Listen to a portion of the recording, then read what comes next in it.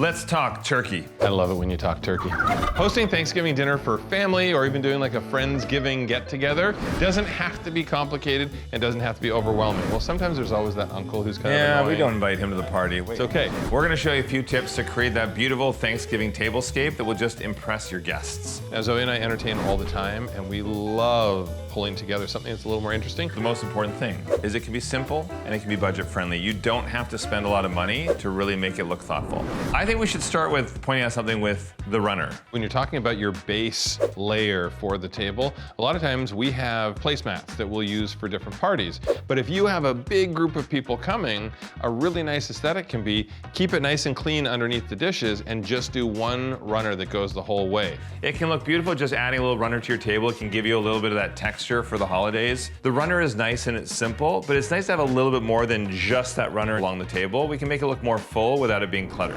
Incoming candles. It's not just the base layer, you also want height. So we usually put in the tallest, most obtrusive thing first, which would be the candles. Traditional candles are beautiful. There are actually candles you can get nowadays that will never spill over and make the mess. I actually really love it. The way they're designed, they actually melt into itself. Beautiful. Mess-free. But also if you have kids that are sitting at the big table, it's nice to have flameless candles so it's safe for them.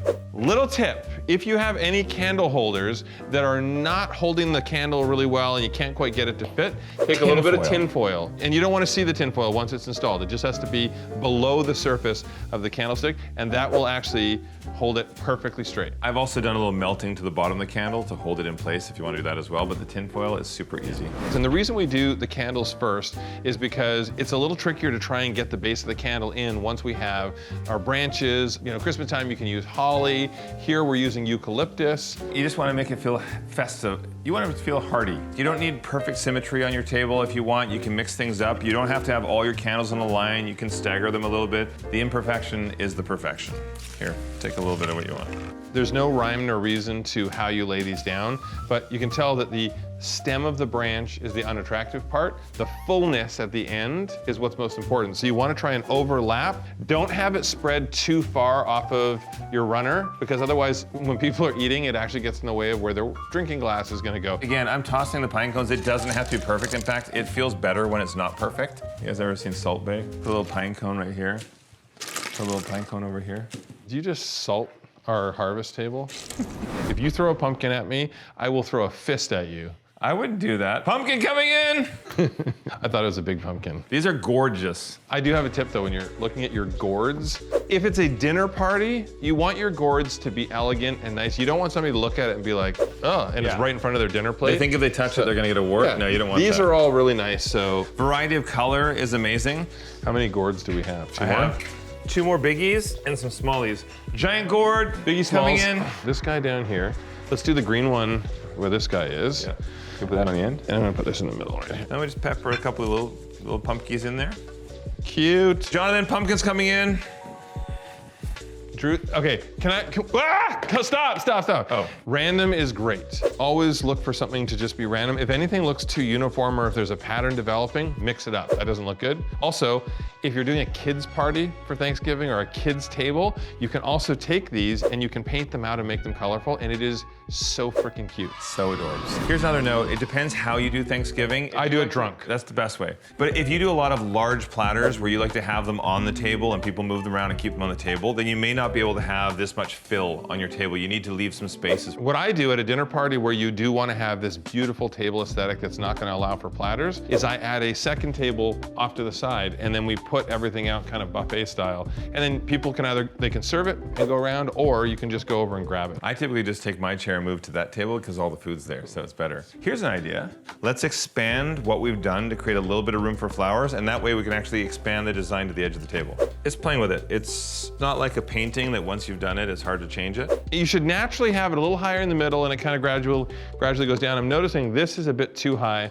This is nicer for the end, so I'm gonna swap this. Also, you wanna kind of look at your tablescape from each seat position, because you might sit here and be like, oh wait, this looks pretty bare over here, or oh, we could use a little something extra over here. There's no perfect one way to do your table. Get creative, have some fun, make it your own. Make people know that this is your design and your table.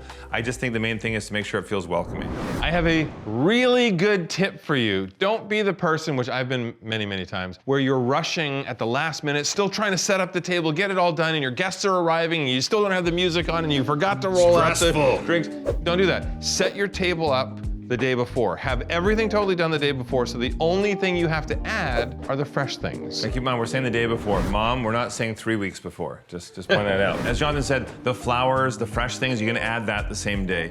And I will point out, if you see, this is a very full design that we have on the table. If you're someone that likes to have something a little more minimalistic, you don't need the large gourds, you don't need the large pumpkins, you can have something a bit more simple. One thing I have discovered though that is not good, we went to a party and they had their centerpiece was so high and full, you literally could not see the person on the other side of the table. It was crazy. So make sure you have fullness, but you still have the ability to see your family. What if you didn't want to see that person? Then put a big gourd right there. Yeah. You know, another thing that's really cool as well is customizing your cards. It is nice to mix and match where people sit. A lot of times for the holidays, you get the same family members that sit across from the same family members. Boring. I like to mix it up, and we also invite friends, and then you start new conversations with different people at the table, and you can customize the cards. As the hosts, Zoe and I always separate ourselves, so we never sit together at a dinner party. And then halfway through the party, we'll switch places or we'll move around. It makes people feel more special because you're coming around to talk to them. But it's nice to actually set it up so that people can have interesting new conversations.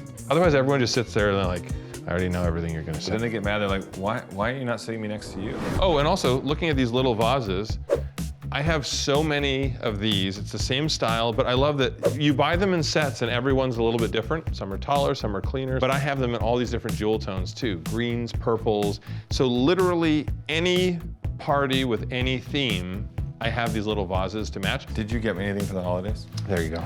That's so kind of you, thank you. And thank you for joining us. Let us know how you like to celebrate the holidays, and let us know if there are any tricks that you have for your tablescape, because I would love to learn. This is one of those fun things for me where you're creating a memorable moment so everyone can just come and enjoy. Just be aware, if you kill it and you really do a great job, you can never go back. Everyone is going to expect you every year to raise the bar and raise the bar, but it's totally worth it. We love entertaining and we love having our friends gather, so make sure you subscribe, tell us what you want to see, any other holiday tips and tricks. We'll see you at the next Thanksgiving dinner.